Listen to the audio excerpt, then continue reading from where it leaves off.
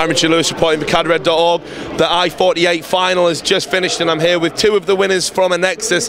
It's RattlesnK and Release. So let's start at the beginning. It was pretty much guaranteed you were going to win this, right? I think before we came, yeah, we had a very strong chance of winning. You know, some of the teams, it brings the top end of the UK scene, but I mean, you know, we haven't put as much practice hours in. We've had official hours, but I mean, if everyone looks on the online results, we've had a lot of batterings. You know, I'd like to say that we don't get much taken from it. It's the majority of it. We're getting smashed and we're not even making it to the next half. Like, that's how the game's feeling. But I mean, with this LAN event, we turned up. We all knew that we perform better on LAN, but I mean, it's just, you know, the top end of the UK scene came and yeah, we gave our best really, LAN players. You've done it again, put a team together and won a tournament like you're always saying you're going to do. I mean, was it easy to do? And I know you weren't happy with your own performance personally, but you must be happy with how things worked out for the team. Yeah, I mean, for this event, I always knew like we realistically we had to win this event.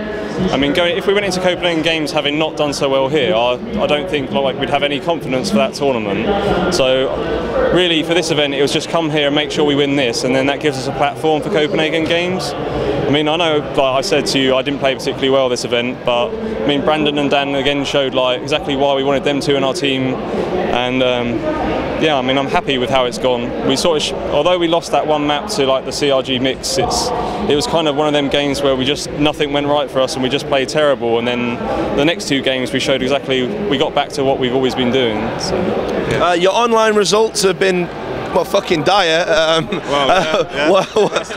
There's no other way of dressing it up. Why is that? Because, you know, you guys, you've got such a talented roster. I mean, even the players people didn't really know about, like PRB, I think, you know, he's been playing sick for you online and a real asset and you know, to the team. But you come to LAN and you've beaten all these people, and I'm pretty sure you'll do the same again in Copenhagen. So what's the difference for you?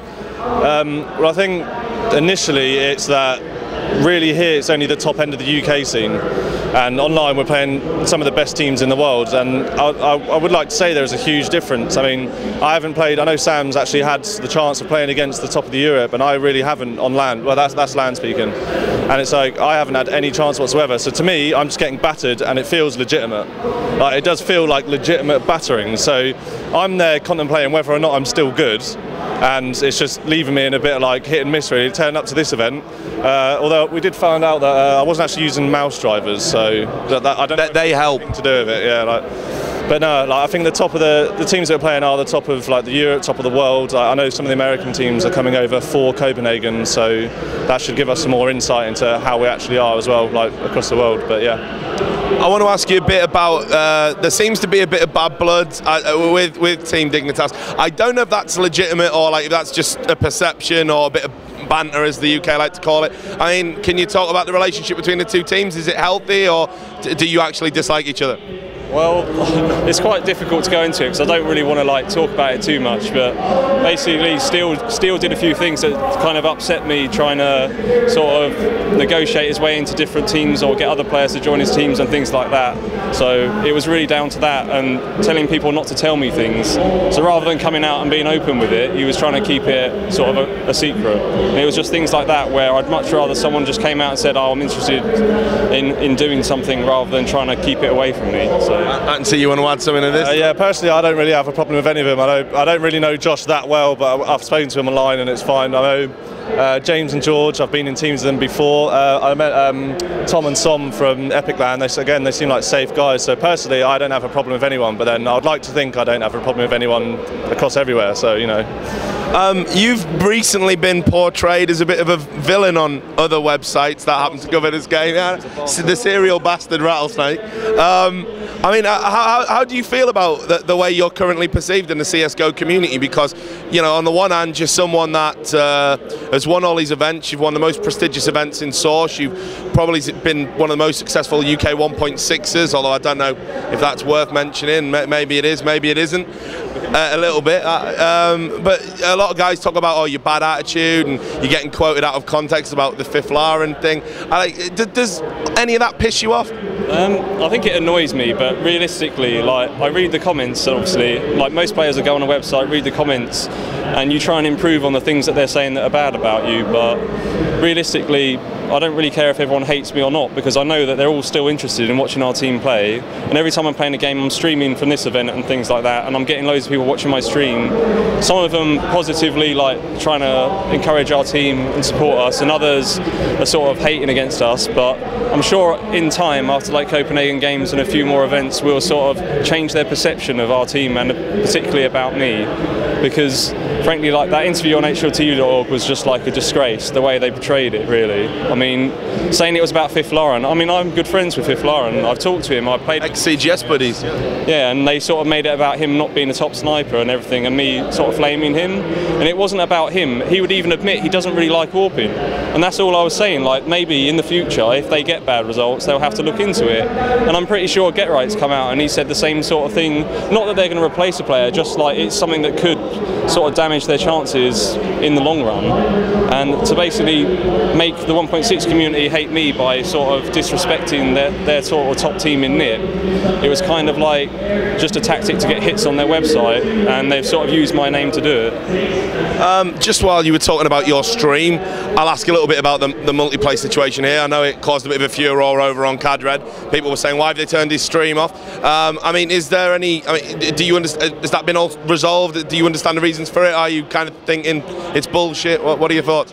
I don't really mind. I didn't know it was in the rules, because I haven't really checked them for years now for iSeries, but they said it was in the rules that you can't stream without permission. And he also came over and said it was something to do with sponsor conflict or something.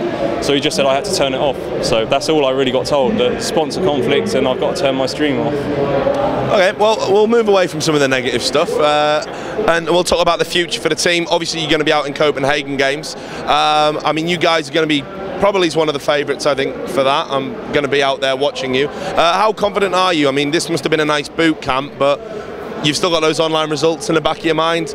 What are you realistically aiming for out there? I'm not sure what the team's view is in it. I think we're all relatively same, but I know personally, because of the online results, again, this is a top of the UK LAN. We've showed good results here, we've dropped a map, but personally we class it at void, so I think we've got good aspirations for it. We're looking for a top finish. I wouldn't say top 5, we'll look like, ideally it's first, isn't it really? Ideally it is to dethrone NIP. They're on a successful streak right now, so someone needs to do it, and we'd like to think that we can do it, so yeah. I mean, following up on that, you anticipated my next question. I should probably give you the microphone. The art of dethroning NIP. Many have tried. People said ESC were going to do it. People said Na'Vi were going to do it. People are now saying maybe Virtus Pro are going to do it. You know, have you got any specific plans of how to deal with them? You're known for being a great tactical brain.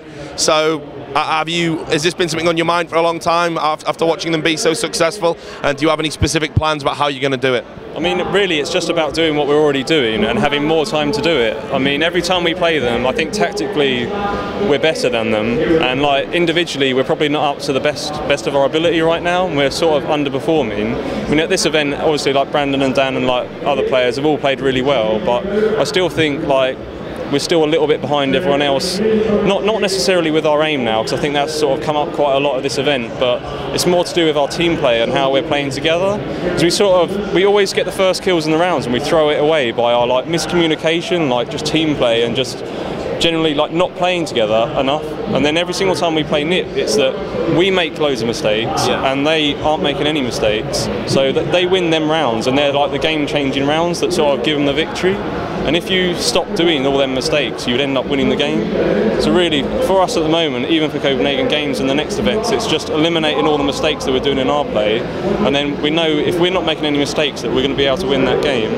So it's just sort of, I think it's to do with time rather than our actual individual skill. And it's not, I know the community thinks, oh, you should play more and stuff, but it's really been out of our hands like the last sort of, I'd say about 3 weeks.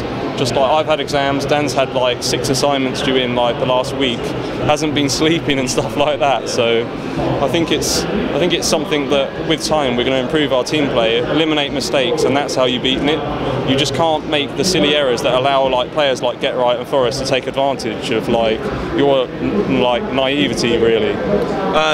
Just to give you kind of the last word on the Nip situation, I mean, do you see them as a team that realistically are beatable? I mean, can you identify areas of the game where there are weaknesses? Because the whole community thinks they are these all-conquering, invincible players.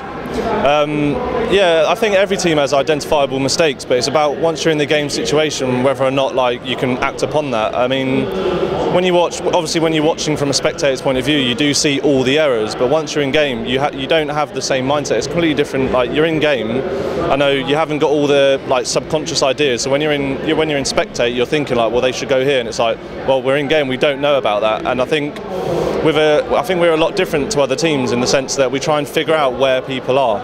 And at the moment, I know that some of the 1.6s seem to have some form of random element to their like style.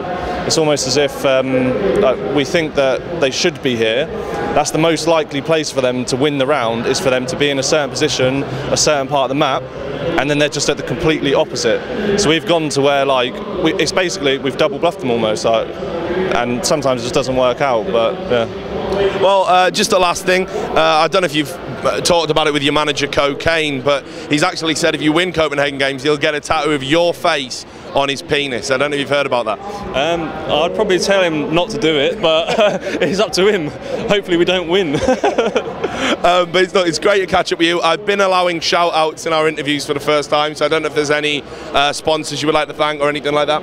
Yeah, I'll say all the Anexis sponsors, Anexis, our manager Chris, Cocaine, legend of a guy, you know, maybe not so much for the Sam incident, but as we say, he's treated us well this event, he's a good guy, so yeah.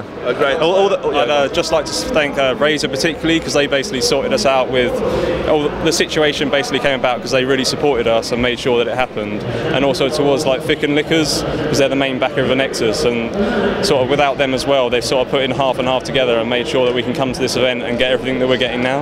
Right, well, I look forward to catching up with you boys in Copenhagen. Enjoy spending your hard-earned winnings, however you do tonight. And probably on rent, yeah. And to all the people out there at Canada.org, do stay tuned to the website. We're probably going to grab a few more interviews, the drips and drabs, as I48 comes to a close here at the Telford Exhibition Centre.